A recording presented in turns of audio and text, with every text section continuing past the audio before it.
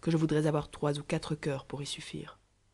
Vrai, c'est trop peu d'un pour y loger tant d'amitié et tant de contentement.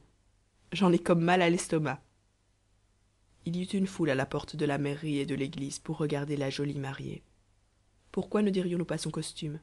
Il lui allait si bien. Sa cornette de mousseline claire et bordée partout avait les bardes garnies de rientelle. Dans ce temps-là, les paysannes ne se permettaient pas de montrer un seul cheveu. Et quoiqu'elles cachent sous leurs cornettes de magnifiques chevelures roulées dans des rubans de fil blanc pour soutenir la coiffe, encore aujourd'hui, ce serait une action indécente et honteuse que de se montrer aux hommes la tête nue. Cependant, elles se permettent à présent de laisser sur le front un mince bandeau qui les embellit beaucoup. Mais je regrette la coiffure classique de mon temps.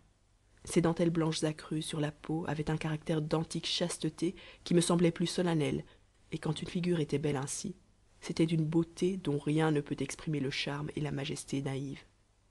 La petite Marie portait encore cette coiffe, et son front était si blanc et si pur qu'il défiait le blanc du linge de l'assombrir. Quoiqu'elle n'eût pas fermé l'œil de la nuit, l'air du matin, et surtout la joie intérieure d'une âme aussi limpide que le ciel, et puis encore un peu de flamme secrète, contenue par la pudeur de l'adolescence, lui faisait monter aux joues un éclat aussi suave que la fleur du pêcher aux premiers rayons d'avril.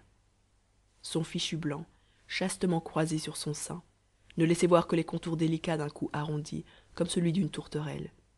Son déshabillé de drap fin vert myrte dessinait sa petite taille qui semblait parfaite, mais qui devait grandir et se développer encore, car elle n'avait pas 17 ans.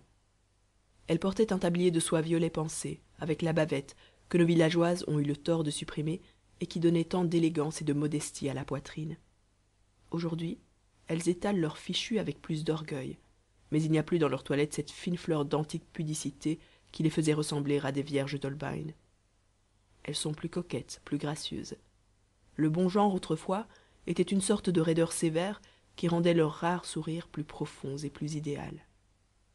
À l'offrande, Germain mit, selon l'usage, le treizain, c'est-à-dire 13 pièces d'argent dans la main de sa fiancée. Il lui passa au doigt une bague d'argent, d'une forme invariable depuis des siècles, mais que l'alliance d'or a remplacée désormais. Au sortir de l'église, Marie lui dit tout bas: Est-ce bien la bague que je souhaitais, celle que je vous ai demandée, Germain? Oui, répondit-il, celle que ma Catherine avait au doigt lorsqu'elle est morte. C'est la même bague pour mes 2 mariages. Je vous remercie, Germain, dit la jeune femme d'un ton sérieux et pénétré. Je mourrai avec, et si c'est avant vous, vous la garderez pour le mariage de votre petite Solange. Fin du chapitre 3 de l'appendice. Cet enregistrement fait partie du domaine public.